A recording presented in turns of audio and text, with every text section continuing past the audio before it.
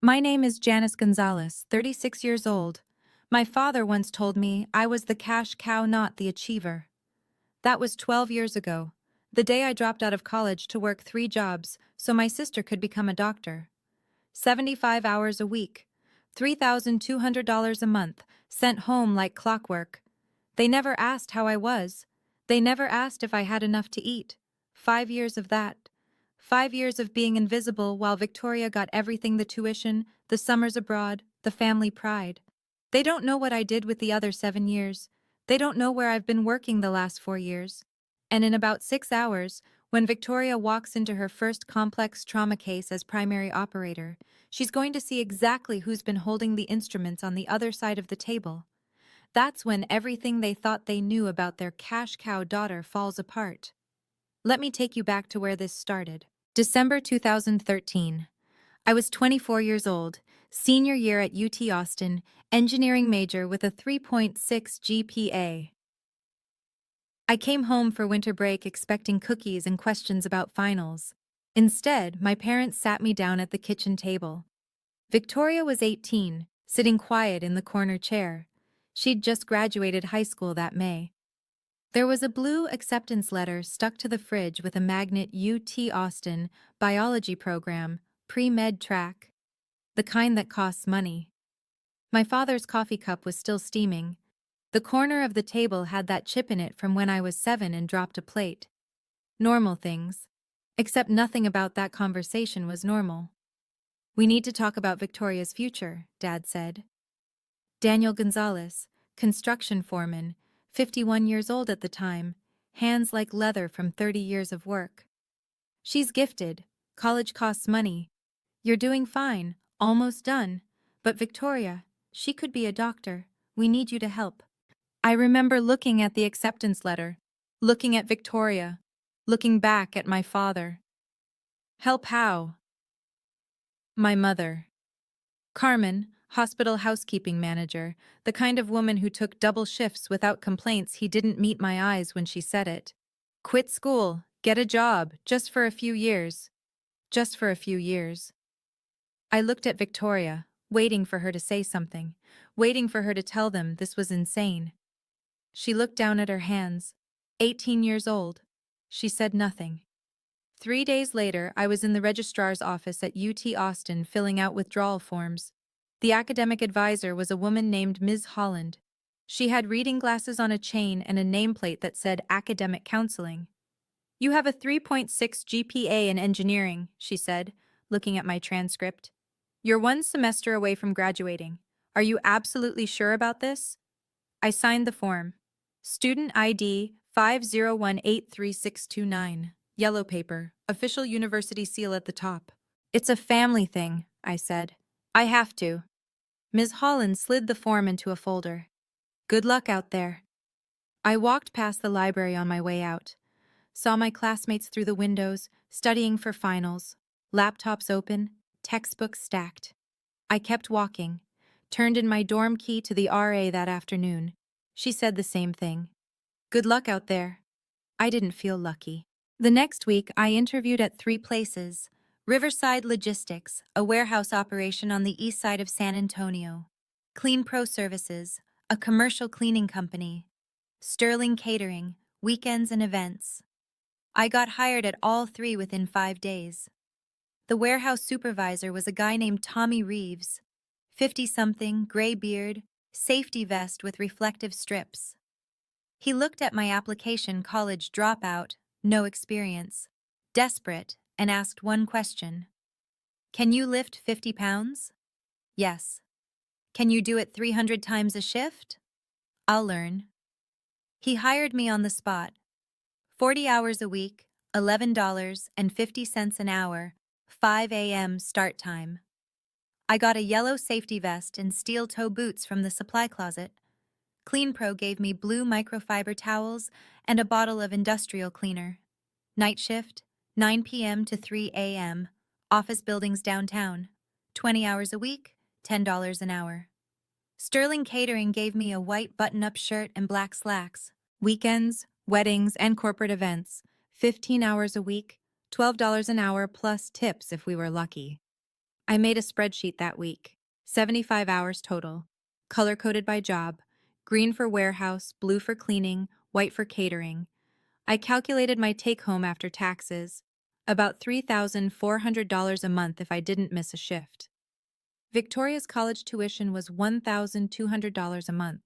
My parents said they needed another $2,000 for expenses, books, supplies, a new laptop, transportation, apartment deposit. I sent $3,200 the first month, kept $200 for myself. January 2014. First paycheck from Riverside Logistics, $856 after taxes. I walked to Western Union after my shift, still in my warehouse clothes, boots covered in cardboard dust. The clerk printed a receipt, transaction number 856-003, $800 sent to Carmen Gonzalez. I kept $56. My mother texted back 30 minutes later. Received, Victoria needs new laptop for school. Not thank you, not how are you, just Victoria needs. I ate a McDonald's dollar menu dinner that night. $3.18 for a McDouble, small fries, and water. I had a bus transfer ticket in my pocket and $52.82 left until the next paycheck in 11 days. I opened my banking app on my phone. The screen was cracked in the corner from when I dropped it the week before. Balance, $63.27. 11 days, I could do this. I could do. March 2014. I called home on Victoria's 19th birthday. Wanted to wish her happy birthday, see how school was going, maybe hear that things were okay. The phone rang 4 times. My mother picked up. Hello? Hey, Mom, it's Janice. Is Victoria around? I heard my father's voice in the background. He was talking to someone else. Didn't know I was on the line. Yeah, Janice is our cash cow now. Victoria's the real achiever. I froze. Phone pressed to my ear. Call duration, 0:47. My hands started shaking. My mother said something I didn't hear. I hung up. I didn't call home for 9 months after that. The warehouse broke my body in small ways. 6 months in, my hands blistered, then calloused, then bled through the cheap gloves they gave us. I loaded boxes onto conveyor belts. 40 hours a week, box after box. The digital counter on the belt ticked over every time one passed the sensor. 1,263 boxes per shift. Some of the boxes had labels that said "Handle with care." I handled them the same as everything else. Fast, efficient, no time to be careful. Tommy Reeves noticed after a few months. He saw the blood soaking through my gloves one morning, came over during break. You okay? Your hands are bleeding. I'm fine. Most people quit first week, he said. You've been here 6 months. I can't quit. He looked at me for a long moment. Then he reached into his locker and pulled out a backup pair of work gloves. Better ones, reinforced palms, actually padded. Here, he said. Use these. It was the first kindness anyone had shown me in 6 months. I took the gloves. Didn't trust myself to say anything else. Tommy nodded and walked away. Night cleaning crew was different, quiet. I worked alone most of the time, vacuuming office floors, emptying trash cans, wiping down desks. The building was downtown, 12 floors, mostly financial companies and law firms. I'd push my cleaning cart down the hallways at 11 p.m., fluorescent lights buzzing overhead, white hexagon tiles under my feet, Hoover commercial vacuum humming behind me. Badge number 47J clipped to my shirt. The desks all had personal items, photos, awards, coffee mugs with names on them. Desk 3B had a framed photo of 2 kids at Disneyland, both smiling, mouse ears, the castle in the background. Desk 5A had a plaque, Employee of the Year 2011. I emptied their trash, wiped their desks, vacuumed their floors. They would never know I existed. One night, I found a college acceptance letter in the trash can at Desk 7C. Someone had thrown away their future, torn it in half. I pulled it out, smoothed the pieces, read it. Congratulations on your acceptance to Texas State University. I kept it, folded it, put it in my pocket. I don't know why. Weekend catering was the worst. Not because of the work, because of the contrast. I'd serve champagne at hotel weddings, carry silver trays of crab cakes and stuffed mushrooms, wear white gloves and a fake smile, stand 3 feet from guests in gowns and tuxedos, completely invisible. At one wedding, I stood near a table of middle-aged women. One of them was talking about her daughter. Yes, our daughter just started at Stanford, pre-med. We're so proud. I held the tray. 12 crab cakes. The woman took one without looking at me. It's such a competitive program, another woman said. You must be thrilled. Oh, we are. She's worked so hard. I walked away, 3 feet from their conversation. Didn't exist. My phone buzzed in my pocket. Victoria's Instagram story. She was at a college party, blue dress, smiling with friends. Caption: best night ever.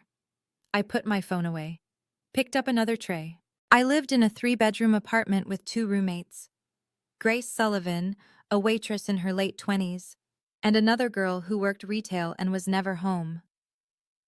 My room was a partitioned corner of the living room. I'd hung a blue sheet as a curtain for privacy. Rent was $380 a month, my share. My alarm was set for 4:30 a.m. every morning. I'd wake up, eat ramen for breakfast, Maruchan chicken flavor, 33 cents per pack, and leave for the warehouse by 4:50 a.m. Grace tried to help sometimes. She'd make extra pasta, offer me some. You want some? I made extra. I'm good, thanks though. You've eaten ramen for like 2 weeks straight. I'm saving money. Saving for what? I didn't answer. What would you do if you had to choose between your future and your family's expectations? Let me know in the comments. May 2017. Victoria's college graduation. Biology degree. Summa cum laude. I saw the announcement on Facebook 2 weeks before. My mother posted, "So proud of our baby girl. College graduation coming up. 4 years of hard work." I requested the day off from Riverside Logistics. Tommy called me into his office. "It's inventory day," he said. "I need all hands." "It's my sister's graduation." He looked genuinely sorry. "I'm sorry. I really am. But if you leave, I have to write you up. 3 write-ups and you're gone." I couldn't afford to be gone. I worked inventory. May 20th, 2017, 10 a.m. to 6 p.m., scanning boxes, counting stock, while my sister graduated summa cum laude with her biology degree 50 miles away. At 2 p.m., I took my break. Went to the vending machine. Row B, slot 7. Crackers, $1.25. I ate them standing up in the break room. My phone buzzed. Facebook notification. My mother had posted photos. Victoria in her cap and gown, holding her diploma, surrounded by family. Cake, balloons, everyone smiling. The caption, "So proud of our graduate." I wasn't tagged, I wasn't mentioned, I wasn't in a single photo. I closed Facebook, finished my crackers, went back to inventory. August 2018. 5 years in. Victoria had just finished a gap year and was heading to UT Health San Antonio for medical school. My parents threw a going-away party. I saw the photos on Instagram. New laptop, new apartment furniture, new professional clothes. Victoria doing an apartment tour, showing off her space, her roommate, her view of the medical campus. My father posted a photo with the caption, "Our daughter, future doctor, so proud to see her start this journey." I was working a double catering shift that day. 8 hours. 2 weddings back to back. My uniform had a sauce stain on the sleeve from the first event. I didn't have time to change before the second. At 8:23 p.m., standing in a hotel ballroom holding a tray of champagne flutes, I sent the monthly transfer. $900 that month. I'd added an extra $100 for Victoria's white coat and stethoscope. My mother texted back, THX. 3 letters. November 2016. The warehouse almost took my finger. I was loading boxes onto the conveyor belt, same as always. Box 1263 of the shift, and my right hand got caught in the loading mechanism. The belt jerked. Metal teeth. Pain. Tommy hit the emergency stop. I pulled my hand out. Blood everywhere. My index finger was mangled, skin torn, possibly fractured. Jesus Christ, Tommy said. ER, now. I drove myself. Couldn't afford an ambulance. The ER at University Hospital San Antonio was packed. I waited 90 minutes. They took me back, cleaned the wound, wrapped it, told me I was lucky I didn't lose the finger. The doctor was young, tired, end of a long shift. You need to keep this immobilized for at least 10 days. No lifting. I can't miss work. If you don't let this heal, you could have permanent nerve damage. I'll be careful. He looked at me like he'd heard that before. Handed me discharge papers and a prescription for antibiotics I couldn't afford. The ER bill was $890. I paid cash. My bank account went from $1,100 to $210. I went back to work 4 days later. Hand wrapped in a brace. Tommy brought me coffee that morning. Didn't say anything. Just set it on the table next to me. The scar is still there. Right index finger. Permanent. February 2017. I had $12.83 in my bank account. Rent was due in 3 days. My paycheck was delayed. Some issue with processing. They said it would be fixed by Friday. But Friday was too late. I sat on the bathroom floor at 2 a.m., knees pulled to my chest, staring at my phone. Banking app open. $12.83. Grace knocked on the door. You okay in there? I opened the door. She saw my face. What's wrong? Nothing. I'm fine. She sat down on the floor next to me. You're not fine. What do you need? I can't. My voice cracked. I can't keep doing this. Then don't. I have to. Grace pulled out her phone. How much do you need for rent? I can't take your money. I'm not asking. I'm offering. She opened Venmo. How much? $400. She sent it. Her phone made a little whoosh sound. Done. Pay me back whenever. Grace. You've been eating ramen for 5 years, Janice. Let someone help you for once. I paid her back in 3 weeks, but something shifted that night. I realized I couldn't keep doing this forever. I just didn't know what else to do. March 2017. I picked up an extra night shift at Clean Pro. New location.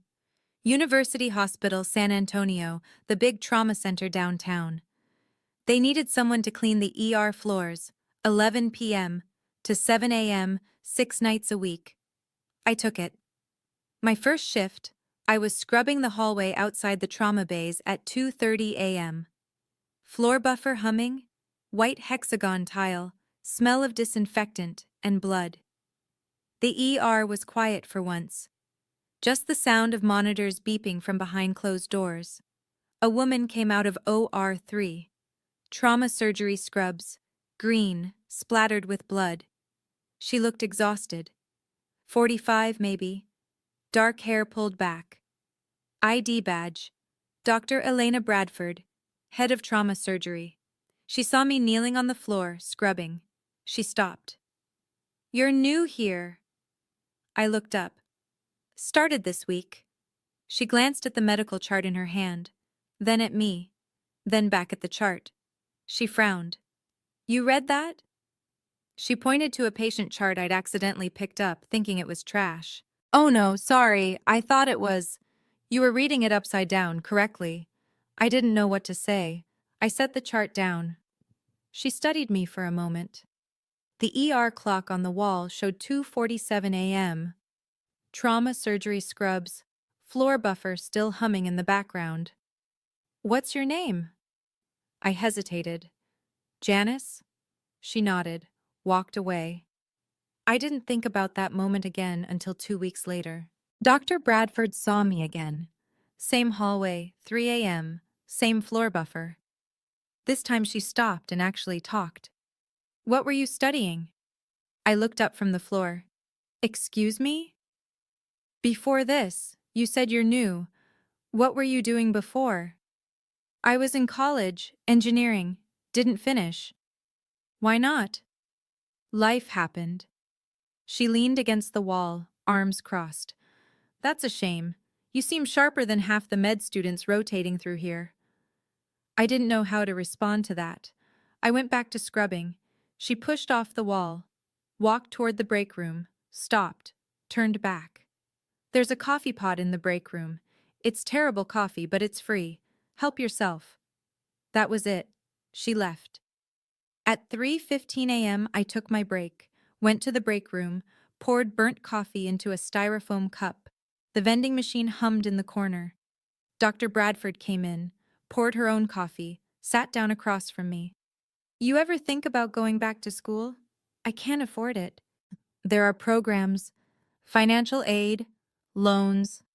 She pulled a pamphlet out of her bag, set it on the table between us. Physician Assistant Program, UT Health San Antonio, 3 years, clinical rotations, good salary after. I stared at the pamphlet, blue and white, logo at the top. Why are you telling me this? Because I see people, she said, and you're wasting yourself here. She stood up, threw her coffee cup in the trash, walked to the door. Think about it. She left. I picked up the pamphlet, folded it, put it in my jacket pocket. I kept that pamphlet for 2 weeks, read it on the bus, during breaks, at 4 a.m. when I couldn't sleep. Physician Assistant Program, 3 years. Prerequisites, anatomy, physiology, chemistry. I had some credits from my 3.5 years at UT Austin. I could finish the rest online. Starting salary, $92,000. 3 years. If I started now, I'd be 31 when I graduated. Victoria would be 24, finishing med school. I could do this. I Googled, can you work full-time during PA school? The answer, not recommended. I closed my laptop. May 2017. Dr. Bradford saw me cleaning the ER again. 3 a.m. Trauma room. 3, door ajar, sound of a ventilator beeping inside. She came out, peeling off gloves. I'll write you a recommendation letter, if you want it. I stopped cleaning. Why? I already told you, you're wasting yourself here. I can't afford it. I can't stop working. Financial aid exists. Loans exist. You're 27. You have time. I have responsibilities. To who? Family? Something like that. Dr. Bradford pulled a pen from her pocket, wrote something on a paper towel from the dispenser, her cell phone number. Think about it. Call me. She handed me the paper towel, walked away. I stood there, holding it. Dr. Elena Bradford, 10 digits, an offer. I didn't throw it away. 3 nights later, I spent my entire shift researching. PA programs, federal loans, part-time options, income-based repayment plans. I did the math. Victoria's med school tuition would be $55,000 a year. My parents could cover $30,000 from their savings. That left $25,000 they needed from me. Monthly, $2,083. If I cut down to 2 jobs, 50 hours a week instead of 75, and took out loans for school, I could still send $2,000 a month. It would be tight. I'd have to budget every dollar, but I could do it. I filled 3 notebook pages with calculations, color-coded spreadsheet, loan calculator open on my laptop. I was sitting in a coffee shop at 11 p.m., using their Wi-Fi, 4th cup of coffee, hands shaking from caffeine. At 1:14 a.m., I pulled out my phone, texted Dr. Bradford, I want to try. She responded 6 minutes later, Good, I'll send you the application link tomorrow. June and July 2017. I finished my prerequisite courses online. Anatomy, biochemistry. Paid for them with a credit card I'd just opened. $2,400 total. I worked 50 hours a week, warehouse and catering, dropped the cleaning shifts, Sent $2,200 home every month to keep things stable while Victoria prepared for med school. Dr. Bradford wrote my recommendation letter. I never saw what she wrote. She sealed it in an envelope, handed it to me. "Don't open it," she said. "Just send it with your application." I wrote my personal statement in the break room at Riverside Logistics, 6 a.m., before my shift started. Tommy brought me coffee without asking. I wrote, "I have spent 5 years in service roles logistics, hospitality, maintenance. I have learned the value of precision, of anticipation, of seeing what others need before they ask. I believe these skills translate to patient care. I want to be the person who shows up when it matters." I submitted the application in August. Confirmation email came through at 11:47 p.m. I stared at it for 10 minutes. Then I closed my laptop and went to bed. October 2017. I got the email at work. I was loading boxes onto the conveyor belt, same as always, and my phone buzzed in my pocket. Subject line: "Congratulations from UT Health San Antonio PA program." I stopped. Box halfway to the belt. Tommy noticed. "You good?" I read the email 3 times. "Yeah," I said. "I'm good." I didn't tell anyone. Not Grace, not my parents, not Victoria. I accepted the offer that night. Program start date: January 14th, 2018. I told my family I got promoted at the warehouse. Shift supervisor, more responsibility, slightly fewer hours, better pay overall. My mother said, "That's good. Victoria needs help with her med school expenses next year." I said okay. I started PA school in January 2018. 28 years old, oldest in my class by at least 2 years. I hid the acceptance packet under my mattress, kept my PA student ID in my wallet, buried under old receipts where no one would see it. For 3 years, I lived 2 lives, and my family never knew. January 14th, 2018. First day of PA school. Anatomy lab. 36 students in my cohort. Most of them were 24, 25, fresh from undergrad, excited and nervous. I was 28. I'd been working 3 jobs for 5 years. I felt ancient. Dr. Bradford was the guest lecturer that day. Trauma surgery overview. She walked in, saw me sitting in the 3rd row, made eye contact. Nodded. I nodded back. She started her lecture. I took notes like my life depended on it. The girl next to me introduced herself. Beth. 22, bright-eyed pre-med dropout like me, but for different reasons. "Is this your first time in anatomy?" "Yeah." "Same. It's so intense. Where'd you do undergrad?" "UT Austin. A while ago." Beth smiled. "Cool." We dissected a cadaver that afternoon. Table 7, thoracic cavity. Page 203 in the Anatomy Atlas. The smell of formaldehyde was overwhelming. Green scrubs, scalpel in my hand. Dr. Bradford walked between tables checking our work. She stopped at our table, looked at my dissection, the subclavian artery cleanly exposed. "Good work," she said quietly. My hands didn't shake, not once. I realized something in that moment. I wasn't afraid. I was exactly where I was supposed to be. My schedule for the next 3 years. A classes 8 a.m. to 3 p.m. Warehouse shift 4 p.m. to 10 p.m.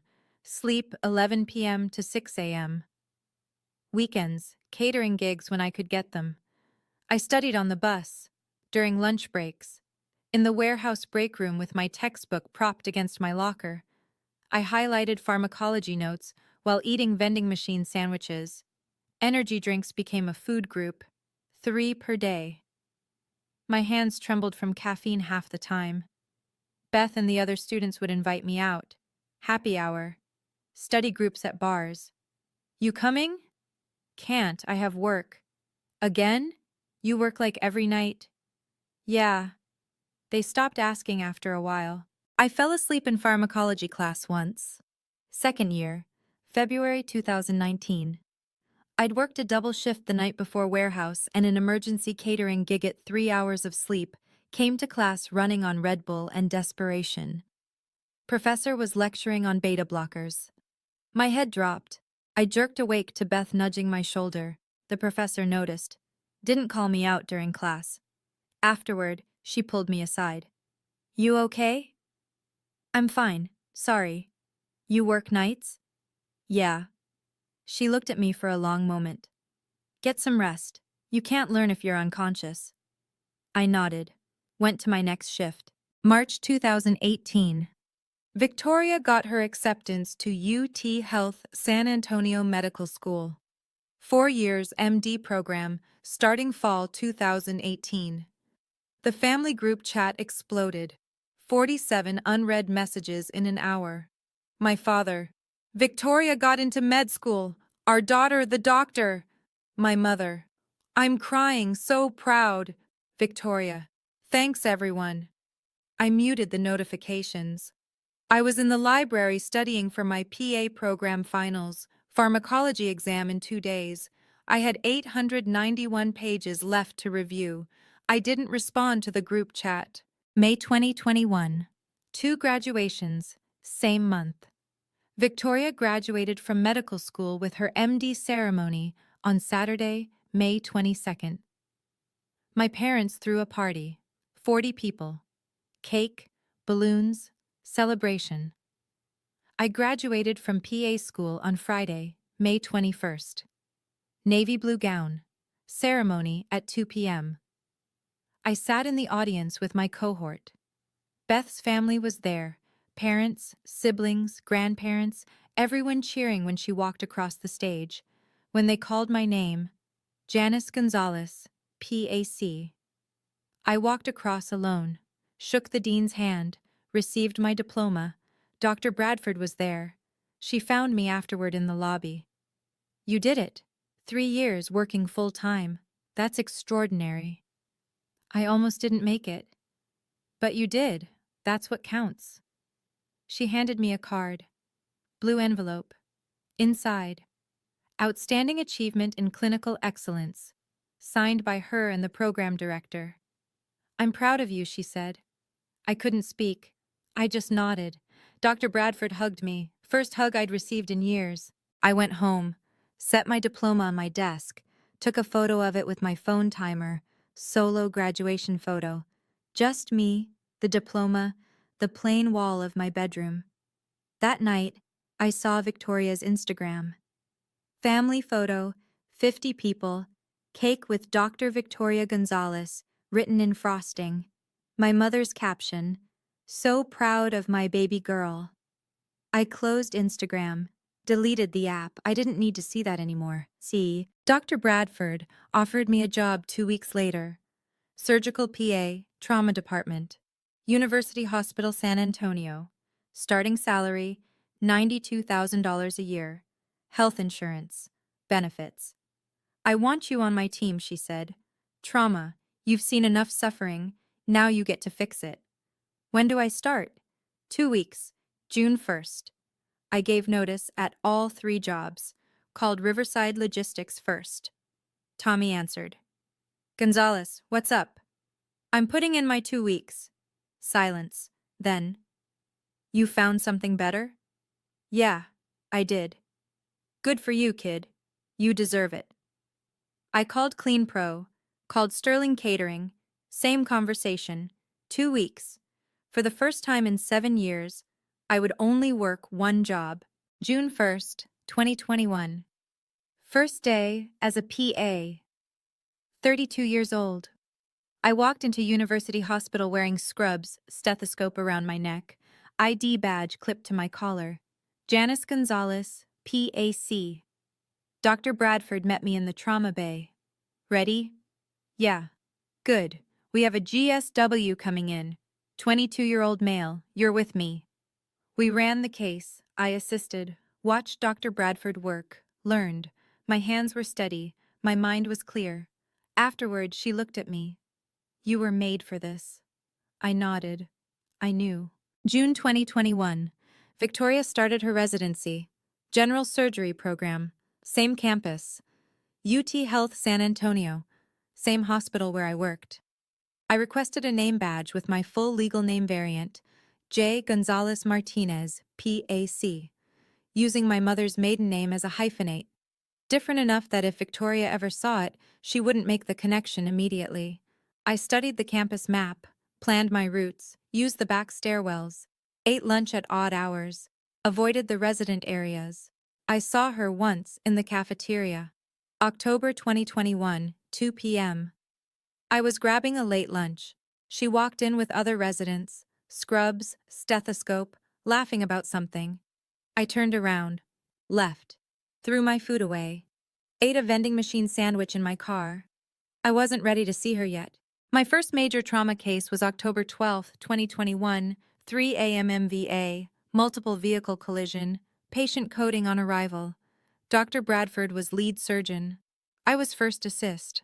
The adrenaline was insane, blood everywhere, orders flying, clamp, suture, retract. Dr. Bradford's voice calm and steady over the chaos. Janice Bovey. I handed it to her. Good. Now clamp the bleeder. There. Perfect. The patient stabilized. We closed. Time of surgery end. 4:47 a.m. Post-op, Dr. Bradford pulled off her mask, blood on her scrubs, exhausted. Your hands didn't shake, not once. I was terrified. Terrified is fine. Freezing is not. You didn't freeze. I walked to the parking lot at dawn. The sun was coming up. I saw a group of residents arriving for their 7 a.m. rounds. Victoria was among them, coffee in hand, backpack over her shoulder. I got in my car, drove away before she could see me. March 2024. Victoria's third year of residency. PGY3. I saw her name on the senior resident teaching schedule. He was being assigned to help train junior residents in trauma. My stomach dropped. I immediately requested night shifts for the entire month. Dr. Bradford noticed. You requested night shifts for March? Yeah, I prefer nights. She looked at me. She knew, but she didn't push. Okay. I worked 7 p.m. to 7 a.m. every day in March. Victoria worked 7 a.m. to 7 p.m. We never crossed paths, except for the last day. March 31st. I came in 30 minutes early, 6:30 a.m. Victoria was leaving at 7 a.m., end of her rotation. We passed each other in the parking garage. Level 3. Fluorescent lights. She walked past me, 10 feet away, phone in her hand, texting someone. She didn't look up. She didn't recognize me. I exhaled. August 2023, 2 years into my job, Dr. Bradford called me into her office. I'm making you senior PA, she said. Salary bump to $128,000. You'll train new hires and supervise residents on their rotations. Residents? Yes, you'll scrub in on their cases, guide them, teach them. You've earned it. Senior Surgical PA. I was 34 years old, making more than most attendings made at their first job. I looked at my new badge when it arrived. J. Gonzalez Martinez, PAC, Senior Surgical PA. I thought about my father's voice. You're just the cash cow. I put the badge on, went to work. June 2024. I got my pay stub. Monthly salary, $10,666 before taxes. Annual, $128,000. Victoria was in her third year of residency. PGY3 salary, about $68,000. Still, I out-earned her by $60,000. The realization didn't feel triumphant. It just felt strange, hollow. I sent $500 home that month. First time in 10 years I'd sent less than $2,000. My mother texted, "Is everything okay?" I didn't respond. September 2024. Dr. Bradford assigned me to work more closely with our senior residents, including Victoria, who was now PGY3. I want you helping refine their technique, she said. You're the best teacher I have. I nodded. Victoria and I had managed to avoid working directly together for 3 years. That was about to end. November 2024. Dr. Bradford called me into her office. "I need you to start working more directly with Victoria," she said. "She's PGY3 now, solid technically, but she needs refinement. You're the best teacher I have." I nodded slowly. "Okay. You two have been dancing around each other for 3 years. It's time." June 2021 through November 2025, 4.5 years. The dance. Victoria and I worked the same hospital, different schedules. I requested trauma cases when she wasn't assigned. I knew her rotation schedule better than my own. Close calls everywhere, elevator, cafeteria, parking garage, hallways. I became an expert at avoidance. I'd see her coming, turn the other direction, duck into stairwells, wait in bathrooms until she passed. It was exhausting. August 2025. My car broke down. First time in 2 years I had to take the bus. I was standing at the bus stop outside the hospital at 6 p.m. Victoria walked out of the main entrance, got into a new car white SUV, probably a graduation gift from my parents, and drove away. She didn't see me at the bus stop. I got on the bus, rode home. The car was fixed 3 days later. September 2025. I was in the cafeteria at 2 p.m., off-peak hour, eating a pasta salad. Victoria walked in unexpectedly. I stood up, walked to the bathroom, single stall, locked the door, set a timer on my phone. 10 minutes. I could hear my heartbeat. This is ridiculous, I thought. I'm 36 years old hiding in a bathroom from my 30-year-old sister. But I'm not ready. Not yet. Timer went off. I came out. Victoria was gone. My food was cold. Jackson, one of the PGY ones I'd been training, saw me come out. "You good?" "Yeah. Just needed a minute." He nodded. Didn't ask questions. October 2025. The locker room. I was changing scrubs. Locker number 247. Halfway through pulling my shirt over my head, I heard Victoria's voice. Next row over, talking to another resident. I froze. Shirt half on, listening. "Yeah, my parents are visiting this weekend," Victoria said. "Taking me to dinner. They're so proud. They sacrificed a lot for me to be here. I owe them everything." My hands clenched, metal locker door cold against my palm. They sacrificed. I waited until she left, sat on the bench for 5 minutes, breathed. "She has no idea," I whispered to myself. "Would you confront your family if they took credit for your sacrifice? Let me know what you'd do." November 18th, 2025, 4:42 p.m. Dr. Bradford called me. "I need you on a case December 14th. Trauma. Teaching case. Victoria's primary operator. Your first assist." My stomach dropped. "Can someone else do it?" "I need you. You're the best I have for that. Victoria needs someone who can refine her technique."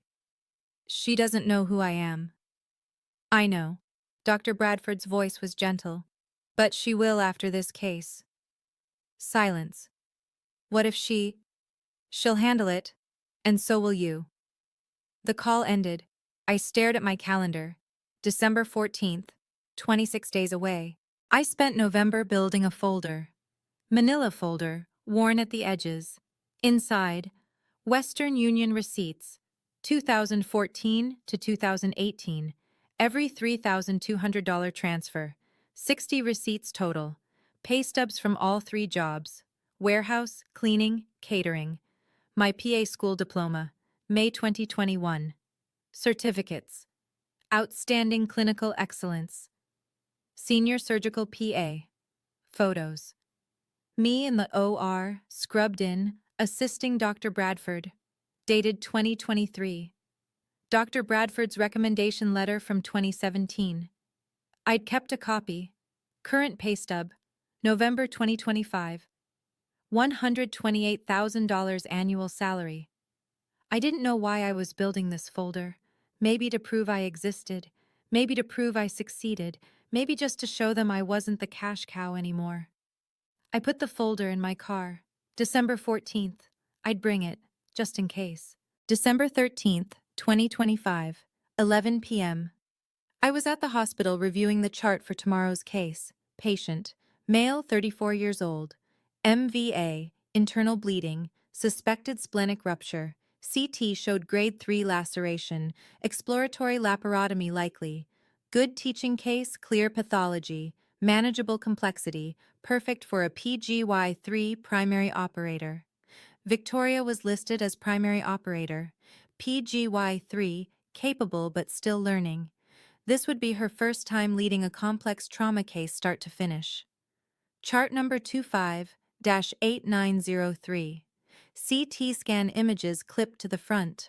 OR scheduled for 8 a.m. My phone buzzed. Dr. Bradford, get some sleep. Tomorrow's a big day. I didn't respond. I sat there with the chart, drank my fourth coffee of the day, stared at the CT images. Tomorrow, 1 a.m. I was sitting in my car in the hospital parking garage. Level 3. Streetlight flickering overhead. The folder was on the passenger seat. I opened it. Looked at the first Western Union receipt. January 2014. $800. Transaction number 856-003. Looked at my graduation photo. Solo. 2021. Navy blue gown. Looked at my current pay stub. $128,000. 12 years in one folder. From cash cow to this. Senior surgical PA. Teaching the achiever how to save lives. Is this revenge? I thought. Or just proof I survived? I closed the folder. Tomorrow they'll know, I said out loud. All of them. I drove home. Tried to sleep. Couldn't. Rehearsed in my head. What to say. How to stay professional. Whether to tell Victoria before the case or during or after. I decided, during. Let the work speak first. I'll wait until we're scrubbed in. I'll do my job. I'll teach her. And then we'll see. My alarm went off at 5:30 a.m. December 14th, 2025. Showtime. 7 a.m. I arrived at the OR. Checked the instrument tray. Scalpel, clamps, retractors, sutures, all laid out. Reviewed the case one more time with Dr. Bradford. You ready? She asked. As I'll ever be. She's good. Nervous, but good. She'll need you today. I know. You going to tell her? Eventually. Not before the case.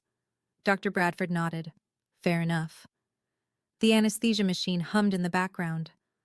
OR number 3. Clock on the wall. 7:03 a.m. The door opened. Victoria walked in. Scrubs on, hair pulled back. Nervous energy radiating off her. She saw Dr. Bradford. Nodded. Then she saw the name on my badge. J. Gonzalez Martinez, PAC. She didn't recognize me. 7:40 a.m. Scrub room. Victoria and I stood side by side scrubbing our hands. Soap, water, foot pedal. 3 minutes of silence. Then Victoria spoke. Have you been here long? 4 years. Cool. Well, I've been here 4 years too, PGY3.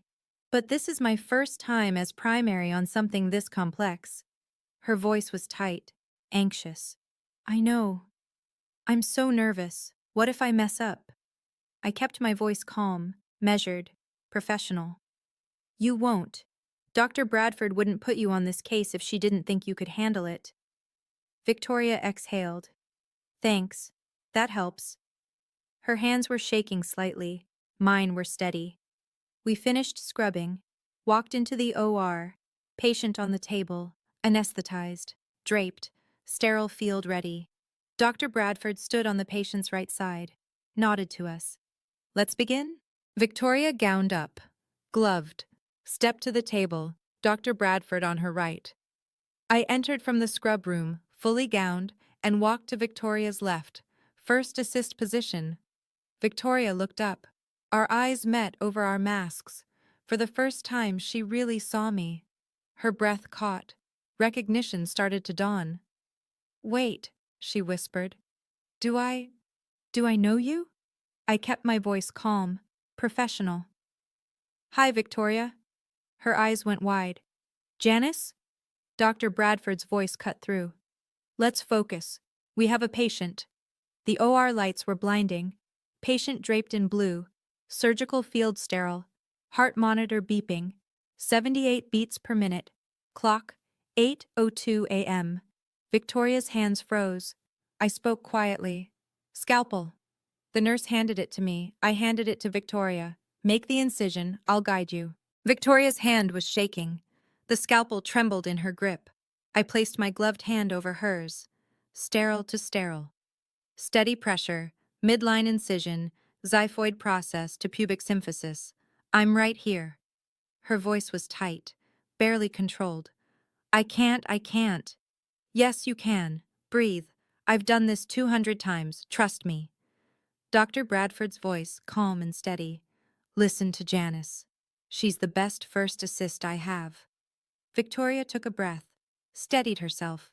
She made the cut. Clean, controlled. Blood welled at the incision edge. Good, I said. Now Bovie for hemostasis. Victoria looked at me, eyes still shocked, but her hands were moving. The case proceeded. I guided her through every step. Retractors, clamps, exposure of the spleen, vessel ligation. Retract here. See the splenic artery? Clamp proximal and distal before you cut. Like this? Exactly. Now ligate. Double tie. You're doing great. Dr. Bradford watched, interjected teaching points. Janice, show her the proper angle for the tie. I demonstrated. Victoria mimicked. Perfect. The spleen came out, vessels tied off, patient stable.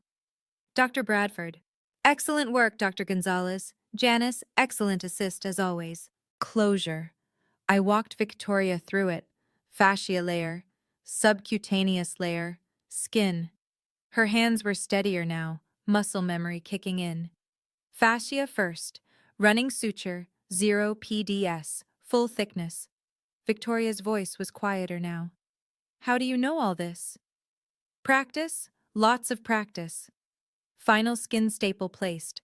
Dr. Bradford checked the time.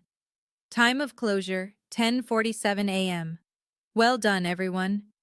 The patient was wheeled to recovery. We de-gowned. Dr. Bradford pulled off her mask. Dr. Gonzalez, that was excellent for your first time as primary on a complex case. Janice, thank you. Victoria was silent, processing. I removed my mask, full face visible now. Victoria stared at me. We need to talk, she said. Break room. 11:08 a.m. Just Victoria and me. The worn couch. Vending machine humming. Empty coffee pot. Long silence. Victoria finally spoke. How long have you been here? 4 years? Why didn't you... She stopped. Started again. I don't understand. You're a PA? When did you... How? PA school, 2018 to 2021. Started working here June 2021. But you were working those jobs. The warehouse. I did. For 5 years. Then I went back to school. Victoria sat down, put her head in her hands. Does Mom know? Does Dad? No. She looked up. What do you mean, no? I mean they don't know. And they're about to. What are you talking about? Before I could answer, the door opened. 11:30 a.m. My parents walked in, Daniel and Carmen Gonzalez, visitor badges clipped to their shirts. They'd come to celebrate Victoria's first complex case as primary operator. They saw Victoria, then they saw me. Scrubs, PA badge, stethoscope, confusion on their faces. My mother spoke first. Janice, what are you doing here? My father, is everything okay? Victoria, are you okay? Victoria's voice was quiet. I'm fine. Janice was my first assist today. My father frowned. First assist? What does that mean? The door opened again. Dr. Bradford walked in. "You must be Victoria's parents," she said, extending her hand. "I'm Dr. Bradford, head of trauma surgery. Your daughter did excellent work today."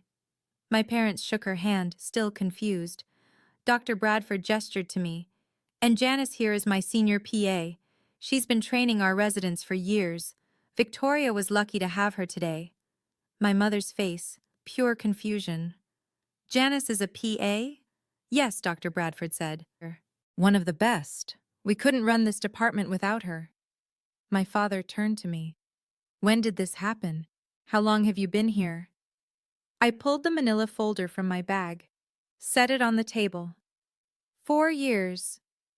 I opened it, spread the contents across the break room table.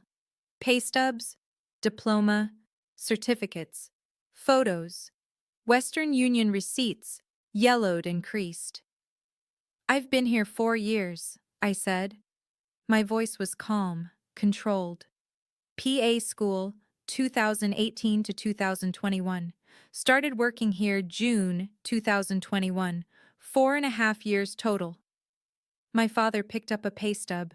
His hands shook slightly. "This says you make 128,000 a year. Yes." What would you say to your family in this moment? Drop your thoughts below. My mother's voice was small. "Why didn't you tell us?" I looked at her. Really looked at her.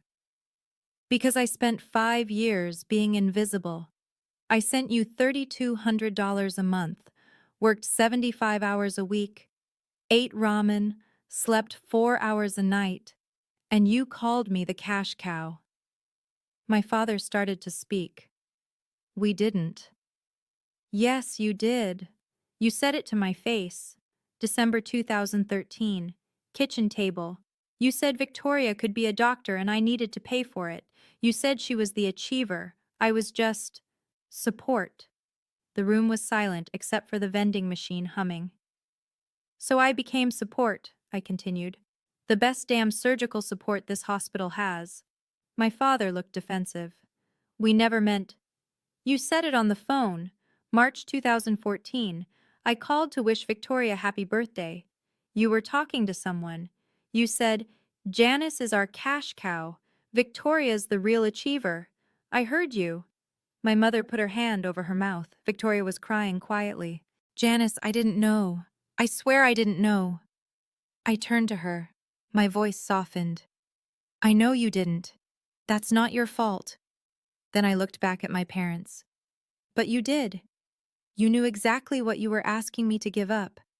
And you never once asked if I was okay." Dr. Bradford stepped forward. "If I may." Dr. Bradford's voice carried authority, professional, measured. "I've worked with Janice for 4 years. She's trained dozens of residents. She's assisted in over 300 surgeries. And today, she taught your daughter Victoria how to save a life." She looked at my parents directly. "Without Janice, that patient doesn't make it. Without Janice, Victoria doesn't succeed in that OR. Your daughter Victoria will be a great surgeon someday, but today Janice was the reason that patient is alive." Silence. Dr. Bradford continued. "Your daughter Janice is the foundation this entire department is built on, so before you say anything else, you should know. I see her. We all see her here." My mother was crying now. My father looked like he'd been punched. Victoria stood up, walked over to me. "I'm sorry," she said, voice breaking. "I'm so sorry. I didn't know. I should have asked. I should have. I'm sorry." I looked at her. My little sister, 30 years old, Dr. Victoria Gonzalez, MD, PGY3. "You were a kid," I said softly. 18, then 20, then 22. You didn't make those choices. They did." Victoria reached for my hand. I didn't pull away. My father finally spoke. "Janice, we didn't realize—" I cut him off. "You didn't realize because you didn't ask. For 12 years you didn't ask. You just took, and I let you, because I thought that's what family did." I picked up the folder. closed it. But I'm done. I stood up, walked toward the door, stopped, turned back. I'm not the cash cow. I'm not the backup plan. I'm a senior surgical PA. I save lives. I teach residents. I earn my way. And I did it without you. My voice was steady, clear. So if you came here today to celebrate Victoria's success, good. Celebrate her. She earned it. But so did I. And you don't get to pretend I don't exist anymore. I looked at Victoria. You did good work today. I'm proud of you. Then I looked at Dr. Bradford. I'll see you tomorrow for rounds. I walked out. The door closed behind me. My footsteps echoed in the hallway. Behind me, I heard Victoria's voice muffled. She's right. About all of it. I kept walking. 2 weeks later, December 28th, 2025. I was in the hospital cafeteria on my break. Coffee, quiet. Victoria approached, hesitant. Can we talk? I gestured to the chair across from me. She sat. I told them, she said, about everything. They want to apologize. I don't need their apology. I know, but I do. I need you to know. I see you now. I sipped my coffee, waited. Victoria continued. I can't take back 12 years. But I want you to know I'm grateful. Not just for the money. For today. For teaching me. For being better than they ever gave you credit for. Thanks. Can we? She hesitated. Can we start over? I thought about it. Really thought about it. We can try. Victoria smiled. Small. Genuine. We sat there for a while. Two sisters, two Gonzalez women. Both in scrubs. Both in medicine. Different paths. Same building. The December afternoon light came through the cafeteria windows. San Antonio skyline in the distance. Victoria finished her coffee. Stood up. I have to get to rounds, she said. Yeah, me too. She started to leave. Stopped. Turned back. Janice? Yeah? Thank you for everything. I nodded. She left. I sat there for another minute, finished my coffee, looked out the window. 12 years. From cash cow to this. I stood up, threw my cup away, headed back to the trauma bay. Dr. Bradford was waiting. Ready for the next case? Always. We walked into OR3. New patient, new case, new day. Victoria was there, scrubbed in, part of the team now. She saw me, smiled. I smiled back. Dr. Bradford started the case. All right, team. Let's save a life. And we did. Because that's what we do. That's who we are. Not the cash cow. Not the achiever. Just people who show up when it matters. Even when no one sees you. Especially when no one sees you. Have you ever been underestimated by your family? Ever had to prove your worth to people who should have seen it all along? Share your story in the comments. And if this resonated with you, please share this video. Someone out there needs to hear this, because you're not what they called you. You're what you became despite them. And that's everything.